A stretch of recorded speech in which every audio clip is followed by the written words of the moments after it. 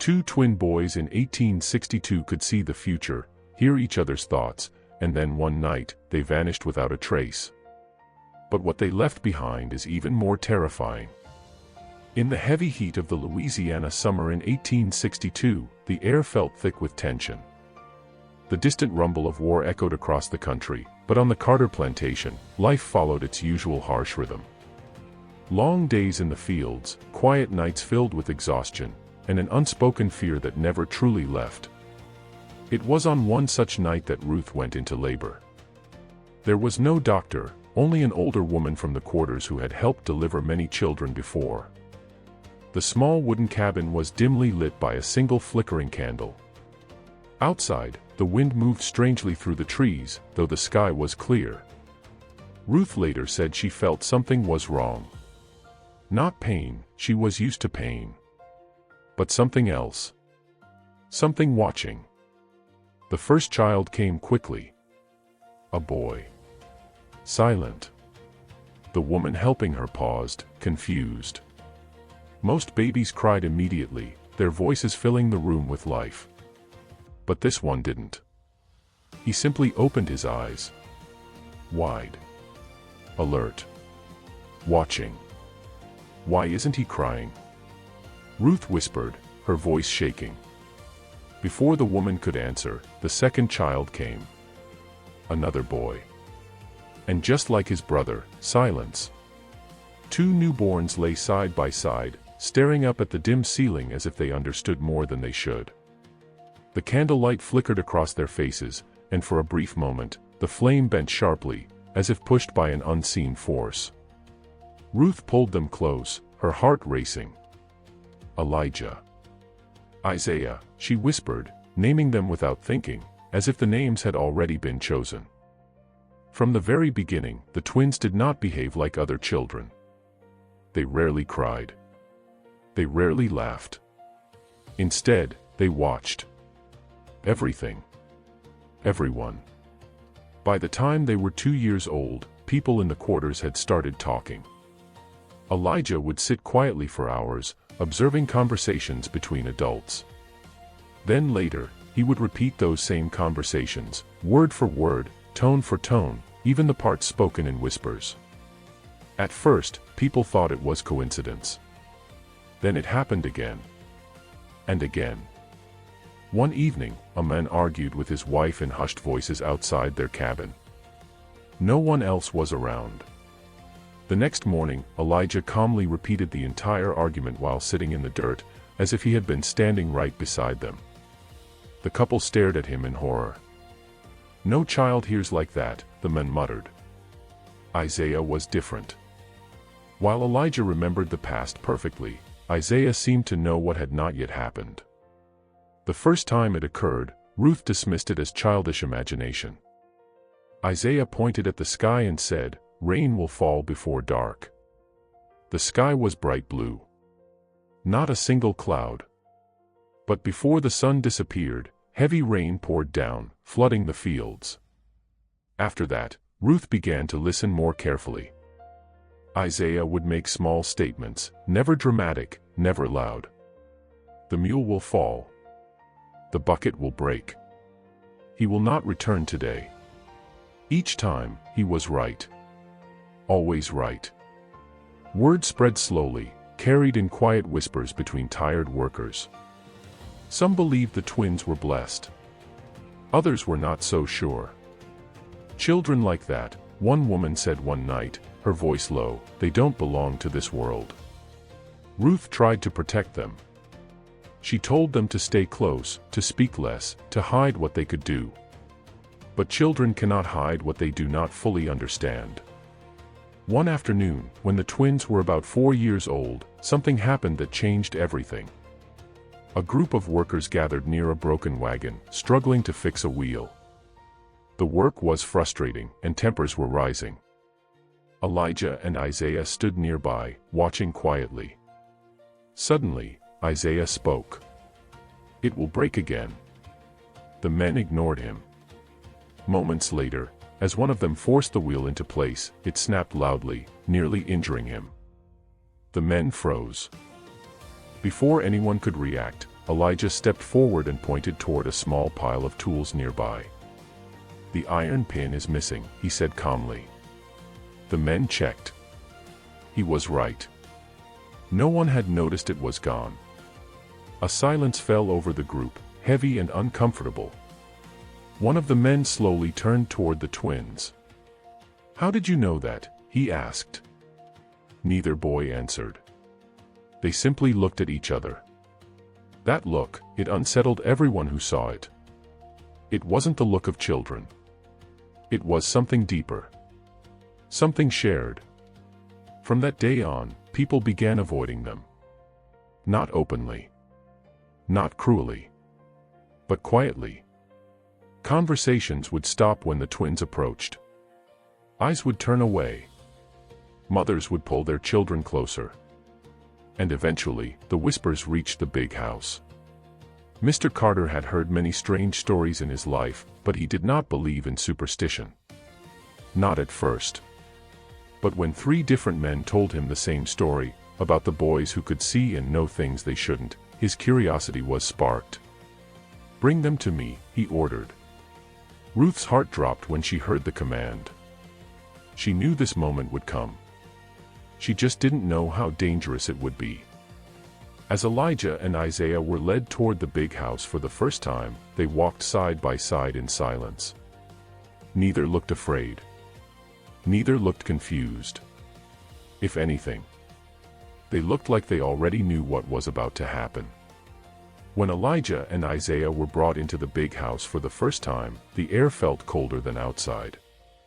The walls were tall, the windows wide, and everything inside seemed too still, too quiet. The twins stood side by side, their small hands brushing against each other as if to stay connected. Mr. Carter sat in a large wooden chair, watching them carefully. He expected fear. He saw none. "Which one is which?" he asked calmly. "Elijah," Ruth said, pointing with a trembling hand. "Isaiah." Carter nodded slowly, studying their faces as if searching for something hidden beneath the surface. The boys looked almost identical, but their expressions were different. Elijah's eyes were sharp, observant. Isaiah's were distant, as if focused on something far away. "Leave us," Carter ordered. Ruth hesitated. "Please, sir, they are just children." Carter didn't raise his voice. "Leave." She had no choice. As the door closed behind her, the room seemed to grow heavier. Carter stood and walked toward the twins. He circled them slowly, like a man examining something rare. "I've heard interesting things about you," he said. "Let's see if they're true." He picked up a small silver coin from the table and held it in his palm. "Where will I place this?" he asked, his voice steady. Before he could move, Elijah spoke. "In your left pocket." Carter paused. He smiled slightly, then deliberately placed the coin in his right pocket. Elijah tilted his head. "No," he said quietly. "You changed it." For a moment, Carter said nothing. Then, slowly, he reached into his right pocket and pulled out the coin. The room fell silent. That was the moment curiosity turned into something else. Something deeper. Over the next few days, Carter began testing the twins in secret. He told no one outside a small group of trusted men. The doors remained locked, the curtains drawn. What happened inside those walls was not meant to be seen. At first, the tests were simple. He would hide objects in different rooms and ask Elijah to find them.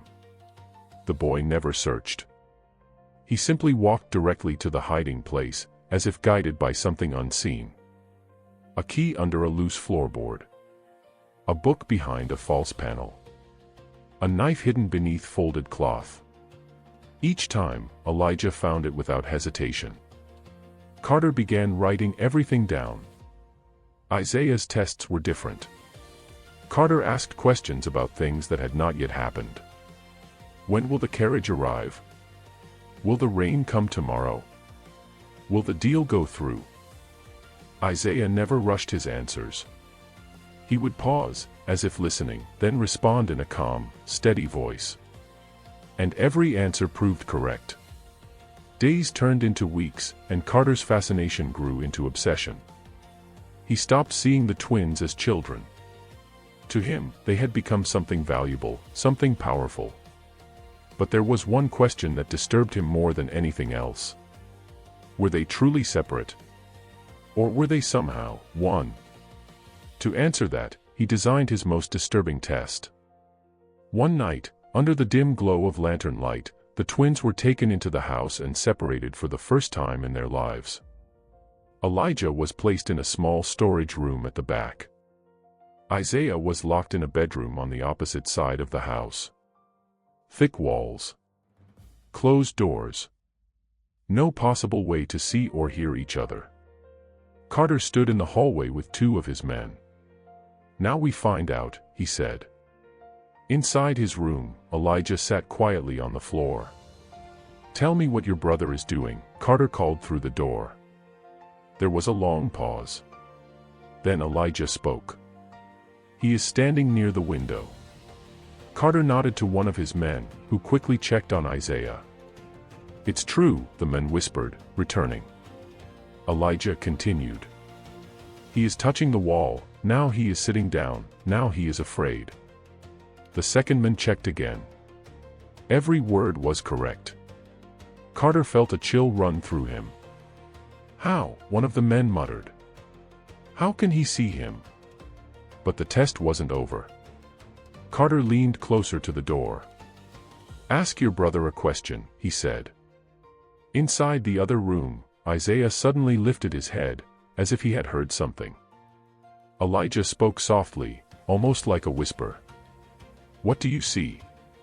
Seconds passed. Then Elijah answered his own question. He says, "Darkness. But not empty." Carter stepped back. That answer unsettled him more than anything else. "Bring them out," he ordered quickly. When the twins were reunited in the hallway, something strange happened. They didn't run to each other. They didn't speak. They simply stood still, facing one another. And then, at the exact same moment, they smiled. Not like children relieved to see each other, but like two people who had just shared something no one else could understand. From that night on, Carter stopped sleeping well. He had wanted proof. He had gotten it. But now, a new thought began to take hold in his mind. What if the twins were not just connected to each other? What if something else was connected to them too? And if that were true, then whatever he had locked inside his house might not be under his control at all. After the night of separation, something inside the plantation changed. It wasn't loud or obvious at first. There were no sudden screams, no clear signs of danger. Instead, it was a slow, creeping feeling, like something unseen had quietly stepped into the lives of everyone there. The twins changed the most. Elijah and Isaiah, who once stayed close to their mother and spoke softly when spoken to, became distant. They no longer played with other children. They no longer showed curiosity about simple things. Instead, they spent hours sitting in silence, often facing opposite directions, as if watching things others could not see. And yet, they were never truly alone. Workers began to notice strange patterns. Elijah would tilt his head slightly, as if listening to someone whispering in his ear. Isaiah would respond, not aloud, but with small nods or faint expressions, like he was answering a question no one else could hear. At first, people thought it was just imagination. Until the voices began. It started on a quiet night, when the air was still and heavy. A few workers resting near the cabin suddenly heard faint whispers drifting through the darkness. The voices were soft, almost impossible to understand, like distant echoes carried by the wind. "Did you hear that?" one man asked. Another nodded slowly. "Sounds like children." But there were no children outside. The whispers came and went, never staying long, never growing loud. Each time someone tried to follow the sound, It seemed to move, slipping away just before they could find its source. Within days, the whispers became a nightly occurrence. Some claimed they heard Elijah's voice. Others swore it was Isaiah. A few insisted it was both, speaking at the same time, even when the twins were in different places. Fear spread quietly. People stopped going outside after dark. Doors were closed early. Candles burned longer into the night. But curiosity, as always, proved stronger for some. Samuel was only 12 years old when he decided to follow the sound. He had heard the whispers for 3 nights in a row, each time growing more certain that they were real. Not wind. Not imagination. Something else. On the 4th night, he waited. Hidden behind a stack of wooden crates, Samuel listened carefully. The whispers came again, soft, steady, almost calling to him. Without thinking, he began to follow. Step by step, he moved across the open ground, his heart pounding in his chest. The sound led him toward the edge of the trees, where the shadows were thick and the moonlight barely reached. That's when he saw him. Elijah. Sitting alone on a fallen log. His back straight, his face calm. And he was speaking. Samuel moved closer, careful not to make a sound. He could hear Elijah's voice now, low, steady, as if having a quiet conversation. But there was something wrong. There was a second voice. Faint. Deeper. Not coming from any direction Samuel could understand. He froze. Who are you talking to? Samuel finally asked, his voice trembling. Elijah stopped. Slowly, he turned his head. His eyes met Samuel's, and for a brief moment, there was something cold in them. Not anger. Not fear. Recognition. My brother, Elijah said softly. Samuel looked around quickly. But, he's not here, he said. Elijah's expression didn't change. He is always here. The second voice stopped. The silence that followed felt heavier than the whispers. Samuel took a step back. I heard someone else, he said, almost whispering. Elijah didn't respond immediately. He simply watched Samuel, as if deciding something. Then, very quietly, he said, "You are not supposed to hear him." A chill ran through Samuel's body. Before he could ask anything else, Elijah turned away, his attention drifting back toward the trees. Samuel didn't wait. He ran. As fast as he could, back toward the cabins, his mind racing, his breath sharp and uneven. He didn't stop until he reached the safety of the others. But he didn't tell anyone what he had seen. Not that night. Not for many years. At the exact same time, on the other side of the plantation, Isaiah woke up screaming. It was sudden. Violent. He sat upright, his eyes wide with terror, his body shaking uncontrollably. Ruth rushed to him immediately. "What is it?" "What did you see?" she asked, holding him tightly. Isaiah struggled to speak at first. His breathing was uneven, his voice barely steady. "He found him," Isaiah whispered. "Who?" Ruth asked. "The boy." "Samuel," Isaiah said. He wasn't supposed to hear. Ruth froze. "How do you know that?" she asked. Isaiah didn't answer her question. Instead, he looked toward the wall, his eyes unfocused. "He's listening again," he said quietly. That was the moment Ruth realized something was deeply wrong. This was no longer about strange abilities or unusual gifts. This was something else. Something growing. The whispers continued in the nights that followed, but they changed. They became clearer. Closer. And sometimes, people swore they heard more than 2 voices.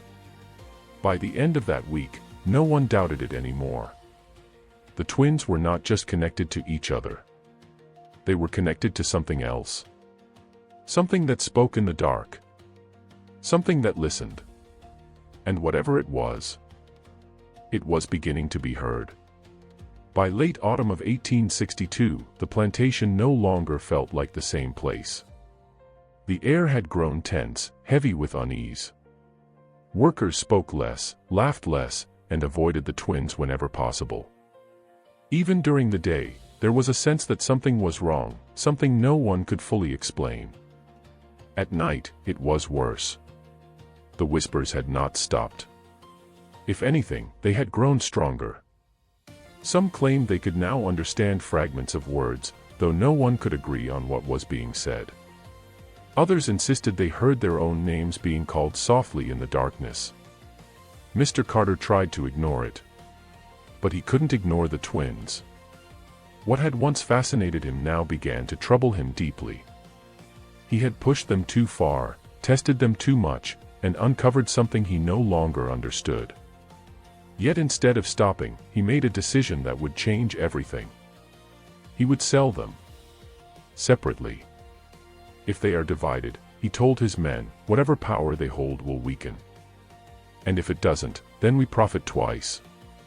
It was a cold decision. Practical. Calculated. But it carried a risk he refused to see. When Ruth heard the news, she broke down. "No, you can't," she pleaded, her voice shaking. "They've never been apart. You don't understand what you're doing." Carter dismissed her without hesitation. "Prepare them," he ordered. "They leave at first light." That night felt different from all the others. The sky was dark, with no moon to light the ground. The wind had died completely, leaving the air still and suffocating. Even the usual night sounds, crickets, distant animals, were silent. Inside their small cabin, Elijah and Isaiah sat across from each other. Neither spoke. But something passed between them. A look. A knowing. Ruth watched them carefully, her heart filled with dread. She wanted to say something, to comfort them, to promise that everything would be all right. But she couldn't lie. Because deep down, she knew. Something was going to happen. As midnight approached, the whispers returned. But this time, they were different. They were louder. Clearer. And they didn't stay outside. Ruth felt at first, a strange pressure in the room, like the air itself was tightening. She looked around, her breath shallow. "Elijah," she whispered. The boy didn't answer. Isaiah slowly turned his head toward the door. "He's here," he said softly. Ruth's blood ran cold. "Who?" she asked. Neither boy responded. At that exact moment, a loud sound echoed from outside, a door slamming somewhere in the distance. Then another. Then another. Men shouted. Footsteps rushed across the yard. Something was wrong. Ruth stood quickly and moved toward the window. In the faint darkness, she could see lanterns moving wildly, men running in confusion. "What is happening?" she whispered. Behind her, the twins stood up at the same time. Their movements were perfectly synchronized. "We have to go," Elijah said. Ruth turned back toward them, panic rising in her chest. "Go." "Go where?" she asked. Isaiah looked at her, his expression calm in a way that didn't match the chaos outside. "Away from here," he said. "Before it follows." Those words didn't make sense. But there was no time to question them. Before Ruth could stop them, the twins walked toward the door. It wasn't locked. It should have been. Every night, the doors were secured tightly. But tonight, it opened easily. Outside, the plantation was in complete disorder. Men were shouting, searching, calling out to one another. A storage shed had been broken into. Tools were scattered across the ground. A horse had somehow gotten loose and was running wildly. But the strangest part, no one noticed the twins. As Elijah and Isaiah stepped out into the darkness, it was as if the chaos itself swallowed them. They moved quietly, unseen, slipping past lantern light and shouting voices without a single glance in their direction. Ruth followed a few steps behind, too shocked to speak. "Elijah, Isaiah, wait," she whispered urgently. They didn't stop. They moved with purpose, heading toward the far edge of the plantation, toward the trees. The same place where Samuel had heard the voices. As they reached the edge, Isaiah paused. He turned his head slightly, as if listening. Then he nodded. "It's ready," he said. Elijah stepped forward and knelt on the ground. With his finger, he began drawing something into the dirt. A shape. A symbol. Strange. Unfamiliar. Isaiah drew the same symbol beside it. 2 identical markings. Ruth stared at them, confused and afraid. "What is that?" she asked. Neither boy answered. Instead, they both stood up. And then, they stepped forward into the darkness between the trees. Ruth blinked. For a brief second, she lost sight of them. And when her eyes adjusted again, they were gone. No sound. No movement. Nothing. Just empty space where they had been standing moments before. Ruth ran forward, her heart pounding. "Elijah. Isaiah," she called out. But there was no response. Behind her, the noise from the plantation grew louder as men approached, searching, shouting orders. When they reached her, they found her alone. The twins were nowhere to be seen. No footprints led away. No branches were disturbed. No sign of escape. Only the 2 strange symbols remained in the dirt. Mr. Carter arrived shortly after, his face pale with disbelief. "Search everywhere," he ordered. They couldn't have gone far. But they searched all night. And found nothing. By morning, the truth became impossible to deny. The twins had vanished. Not escaped. Vanished. And whatever had helped them had left no trace behind. By the time winter settled over Louisiana in late 1862, the Carter plantation had changed forever. The search for Elijah and Isaiah lasted for weeks. Men were sent into the woods, across nearby towns, along the riverbanks, anywhere the twins might have gone. Dogs were brought in to track their scent. Riders traveled miles beyond the plantation, questioning anyone who might have seen 2 young boys traveling alone. But every effort failed. The dogs refused to follow the trail past the edge of the trees where the twins had disappeared. Some handlers claimed the animals grew restless, even frightened, as if something unseen was pushing them back. "It's like the scent just ends," one man said. Mr. Carter refused to accept it. "No one vanishes into thin air," he snapped. "Find them." But no matter how far they searched, there was nothing to find. No footprints. No broken branches. No clues. Only the memory of that night, and the symbols carved into the dirt. Those symbols remained untouched for days, until heavy rain finally washed them away. Yet even after they disappeared, people claimed they could still see them in their minds. Simple shapes, yet impossible to understand. Some tried to redraw them, but no one could remember them exactly. It was as if the symbols were never meant to be held onto. As time passed, the search slowed. Then it stopped. But the story did not. Rumors began to spread beyond the plantation. Travelers spoke of strange sightings on lonely roads at night, 2 boys walking side by side, silent, always just beyond reach. Whenever someone tried to approach them, the boys would disappear into the darkness without a sound.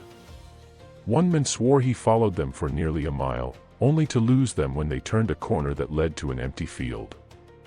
They were there 1 second, and gone the next, he said, his voice shaking. Like they were never real. Others reported something even more unsettling. A merchant traveling between towns claimed he saw one of the twins standing near a riverbank just before sunset. The boy was alone, staring at the water. But hours later, in a different town miles away, another witness claimed to see both twins walking together through the streets. The descriptions matched perfectly. The timing did not. Stories like these grew over the years, changing slightly with each telling, but always carrying the same core truth. The twins were gone. But not completely. Back on the plantation, life tried to return to normal. But it never truly did. Workers continued to speak in low voices about the whispers that once filled the night. Though the voices had faded after the twins disappeared, some claimed they could still hear them occasionally, faint, distant, like echoes that refused to die. Mr. Carter changed as well. The men who once controlled everything with certainty now seemed uneasy, distracted. He rarely spoke about the twins, but those who knew him could see the fear he tried to hide. He stopped conducting experiments. He stopped asking questions. And eventually, he stopped sleeping well. Years later, when he was older and weaker, Carter reportedly told a visitor something he had never admitted before. "I thought I could understand them," he said quietly. "Control it. Use it." He paused, staring into nothing. "But I don't think it was ever theirs to begin with." Those words were never explained. But they stayed with those who heard them. As for Samuel, the boy who had followed the whispers into the trees, he carried his memory in silence for most of his life. It wasn't until he was an old man that he finally spoke about what he had truly experienced that night. People gathered to listen, expecting a simple story about strange children. What they heard instead left them shaken. "I told you I heard two voices," Samuel said slowly. "One was Elijah's. I was sure of that." He paused, his hands trembling slightly. "But the other voice?" He looked up, his eyes distant. It wasn't a child's voice. The room grew quiet. It was older. Deeper. Calm, but not human. Someone asked him if it could have been Isaiah. Samuel shook his head. "No," he said firmly. "Isaiah wasn't there." "I know he wasn't." "Then who was it?" another person asked. Samuel didn't answer right away. When he finally spoke, his voice was barely above a whisper. "I don't think it was who," he said. "I think it was what." He went on to describe the feeling he had in that moment, not just fear, but something heavier. A sense that he was standing near something vast, something ancient, something that didn't belong to the world he understood. "And it knew I could hear it," he added. That detail stayed with everyone who listened. Because it meant one thing. Whatever had been connected to the twins was aware. Years turned into decades. The world changed. The war ended. The plantation system faded. New generations grew up, unaware of the strange events that had once taken place. But the story of Elijah and Isaiah never completely disappeared. It lived on in whispers, in scattered accounts, in quiet warnings passed from one person to another. No records ever confirmed their fate. No graves were found. No final proof was ever uncovered. Only questions remained. Were the twins truly gifted? Were they connected to each other in a way science could not explain? Or were they simply vessels for something far more mysterious? Something that could see across distance. Across time. Perhaps even across reality itself. To this day, no one has been able to answer those questions. And maybe that is the most unsettling part of all. Because some secrets are not lost. They are hidden. Waiting. And whatever followed Elijah and Isaiah into the darkness that night may still be out there. Listening.